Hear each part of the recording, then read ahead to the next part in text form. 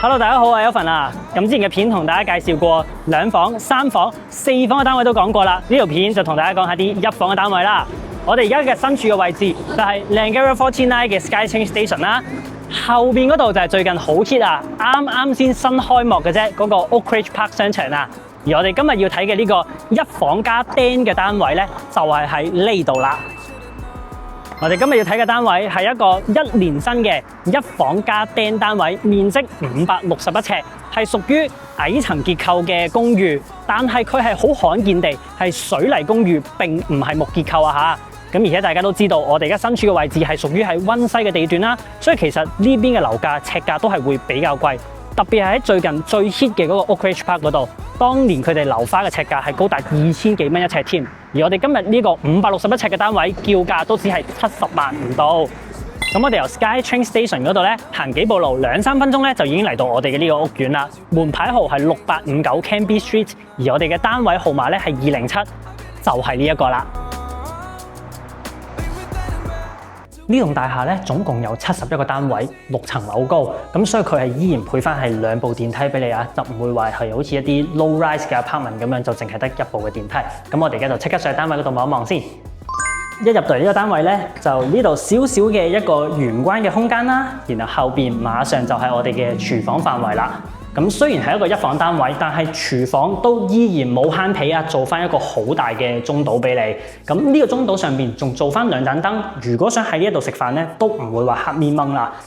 而且呢個 overhang 嘅位置做得比較深，所以如果你擺2張嘅巴凳喺呢一度咧，平時唔用可以拍去或者坐喺度食飯咧，隻腳都唔會話俾個櫃頂住。然後呢邊做翻一個5頭嘅明火煮食爐頭俾你啦，下邊係焗爐。上面抽油煙機用翻呢一隻係抽出式嘅咧，就比較美觀。而且呢一啲櫃佢用翻深色嘅木色啊，就令到間屋冇咁單調啦。而且呢個把手呢啲5金位置咧都做得相當之靚啊，係好實淨啊，壓落去。咁呢啲櫃咧全部都係好深好實用嘅呢一啲。咁以一個1房單位嚟計咧，就絕對係足夠噶啦。呢一個咁嘅儲物空間。咁 Island 呢邊咧亦都係有一啲嘅櫃桶做翻，都係相當之深嘅嚇。然後就不得不提下呢一邊嘅呢個開放式嘅櫃啦，佢做埋呢啲燈條俾你，全部呢度都係有燈條嘅。個控制嘅燈咧就喺呢一度。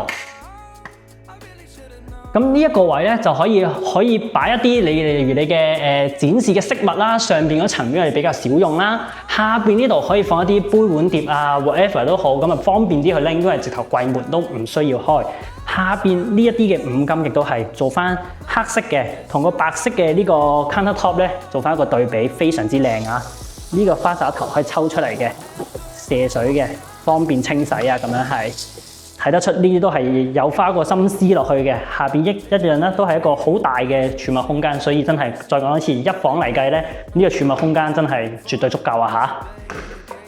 廚房一過嚟呢邊咧就係客飯廳嘅空間啦。咁如果唔想喺中島食飯咧，喺呢一個位置放一張細嘅餐台，for 2口子自己食飯咧都冇問題嘅。咁而呢一個睇電視嘅 area 咧 ，sofa 就會係咁樣擺啦。電視牆喺前邊，完全係對到正，而且個距離係相當之足夠啊！呢一個位置我諗你要放75寸、80寸嘅電視咧，都一定係冇問題嘅。然後嚟到呢一個嘅位置啦。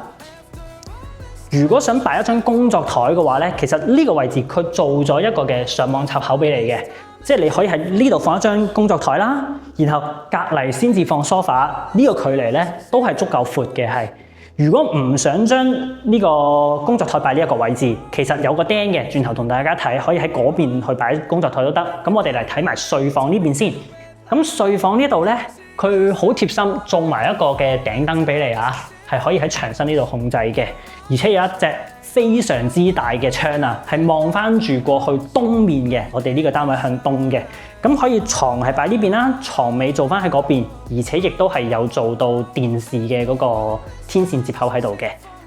而衣櫃啦，用翻趟門嘅設計，比較慳空間啦，入邊嘅呢一啲層架全部做好晒啦，咁啊真係 move-in ready， 直接就可以入住。咁呢個咧就係全屋嘅冷暖氣控制啦。咁不論係客廳定係睡房都好，都係有冷暖氣風口嘅。之後我哋過嚟睇埋露台啦。我哋嘅呢個單位係向東嘅朝向，咁一開出嚟見到係非常之舒服啊！因為我哋向東嘅位置前邊係冇遮擋嘅，淨係會見到綠油油嘅一片樹嘅啫。咁而前邊嘅呢一條街就係 Cambie Street 啦。而家嘅時間大概晏晝4點鐘左右。其實個車流量咧都唔係話相當之大，而且呢一間屋咧其實隔音都做得唔錯嘅。閂埋露台門之後咧，聽到嘅聲係比較少。呢個露台嘅空間亦都係唔細㗎，一直係由客廳嘅空間延伸到去呢個係我哋睡房嘅嗰隻廳，全部都係我哋露台嘅範圍。然後廚房對正呢個位置咧，就係一個洗手間啦。洗手間一入到嚟，第一個感覺係相當之簡潔明亮，因為全部係用翻白色嘅色調，而且呢啲磚咧，而踩落去係有少少磨砂質感，個腳感都唔錯啊嚇。咁用翻個 bathtub 嘅設計啦，呢邊就係一個比較大嘅一個台面空間啊，即係啲朗口鐘啊嗰啲擺喺度都絕對有位置。下邊做翻一個嘅儲物空間啦，下邊係一個挑空嘅位置，亦都做咗頂燈嘅，不過佢唔係懸空嘅，佢係到底嘅呢一個係，就唔會驚呢個攤口成個跌咗落去咁樣啦。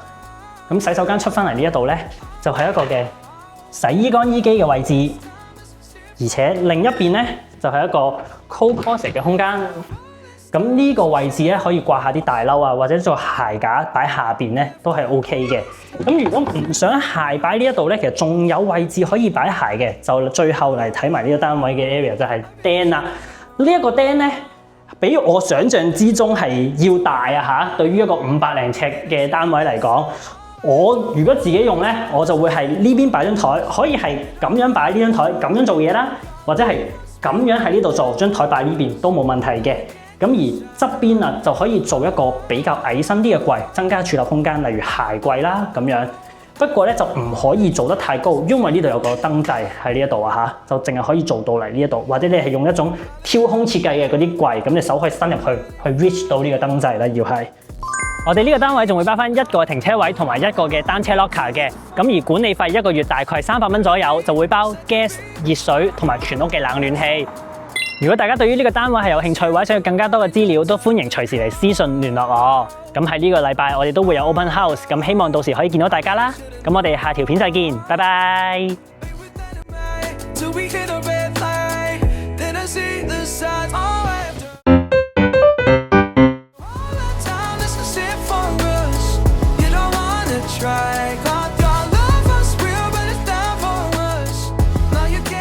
Side